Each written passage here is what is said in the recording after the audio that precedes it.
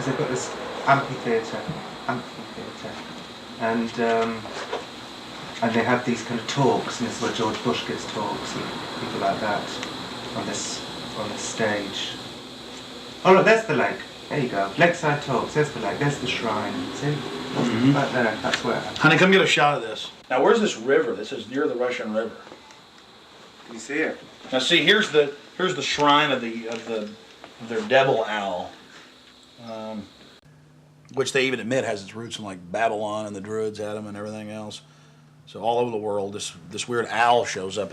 Some cultures, they've thrown children inside the bowels of this burning owl. That's historical. We've all read in the Bible about throwing your children to idols inside their, So it's weird behavior, definitely, so it needs to be investigated. And plus, it gets the adrenaline up. Thrill seekers have to have more. But here you go, honey. Right here at the shrine. You can zoom in on that, Mike. I'm saying honey to my girlfriend, Violet, not Mike here. We're getting real bohemian now, aren't we? This is... Honey, we can get a close shot right here? But it did sound like that she's definitely leftward leaning. Then we get into the whole semantical debate about is there a left and a right, and to me there really isn't. There's the command and control on one end and the anarchy on the other, and I want to be on the middle of the real spectrum. Certainly got to have some control in a complex society and civilization. But all the developments I see are pretty bad towards dehumanization. And now you got the UN demanding everybody sign on to this International Criminal Court.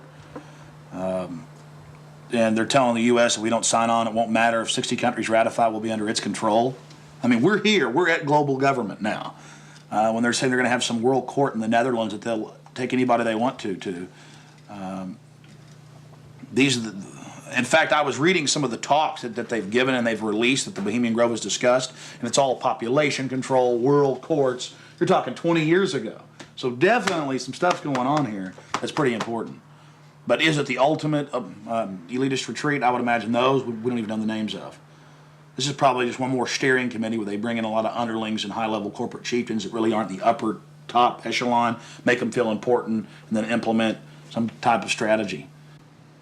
From the stories I've read and things that happen, I mean, it is pretty well documented that people run around naked.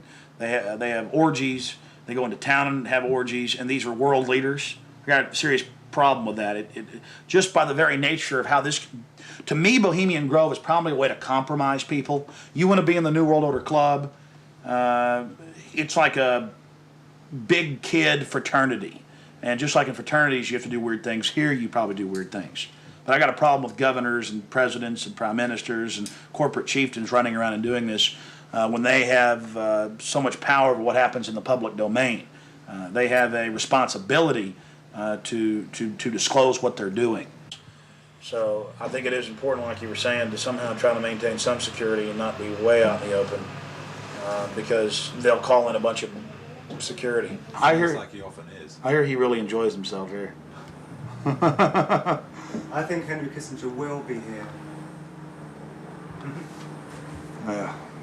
Well, if I got a stink detector, we'll be able to find out where he's at. I was like, everything evil you can imagine, Kissinger's always involved in it. Isn't he a Republican, though? I'm not a Republican. That's the point I keep making. This whole Democrat-Republican deal is a complete... People always go back to that, though. Probably like in your country, you've got Labor and you've got the Tories over there, and it's all the same people behind closed doors. It's just a big joke. And your leadership, our leadership, it's all the same people. I mean, you do see a fight going on, but it's two different management teams of the same system, bidding for control. What I call the CEO jobs of Slavery Incorporated.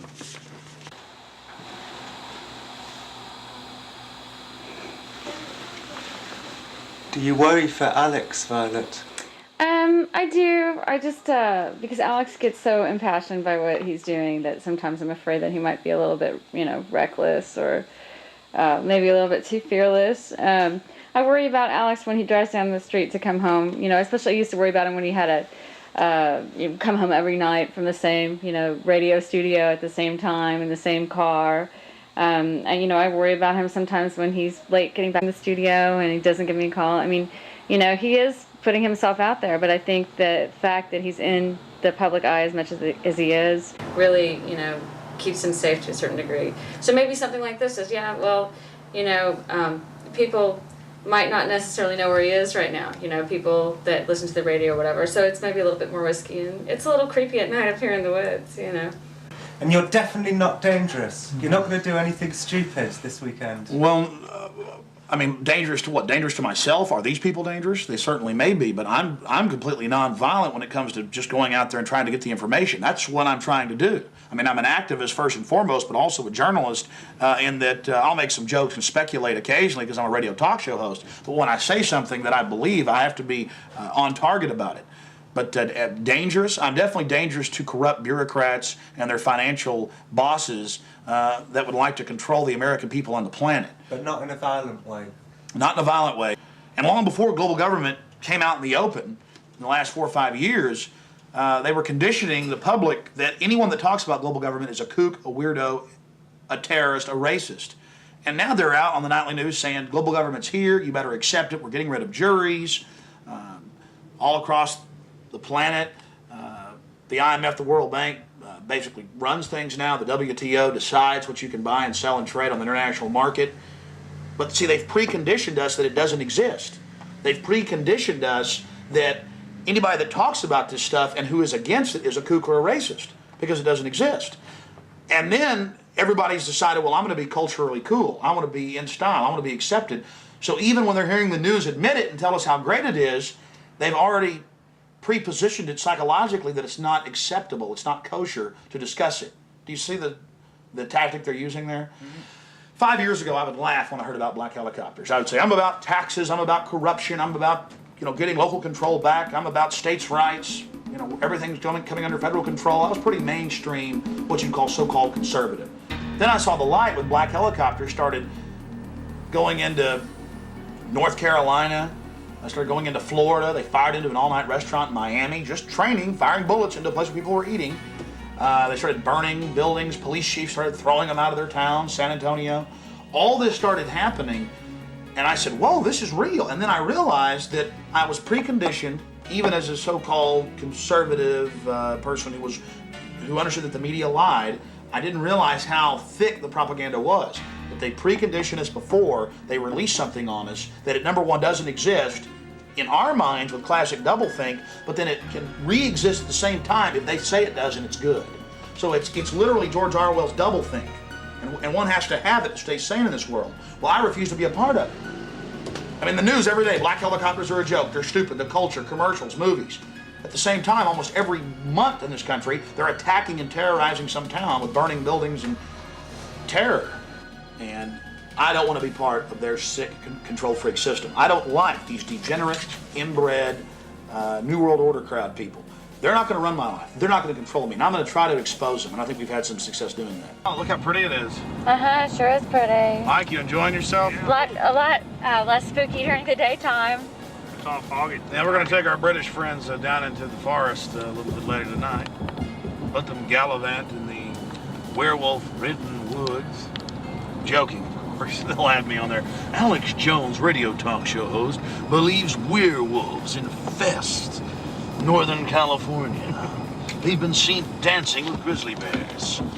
Small pixies have been even witnessed playing violins for George Bush. Don't know what to make of what's going to happen. I can't even begin to imagine what we're going to discover when I infiltrate tomorrow and try to get the cremation of care. We're very close to the gateway to Bohemian Grove now. The first set of gates and security. They have a small guard check at the front, and then they have a larger second one. Not a through road. Get a shot of that.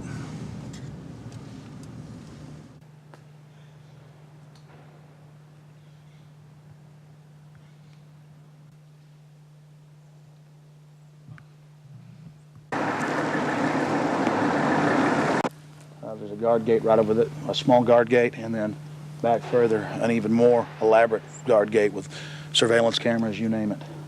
Not a through road, ladies and gentlemen, right up here in Northern California.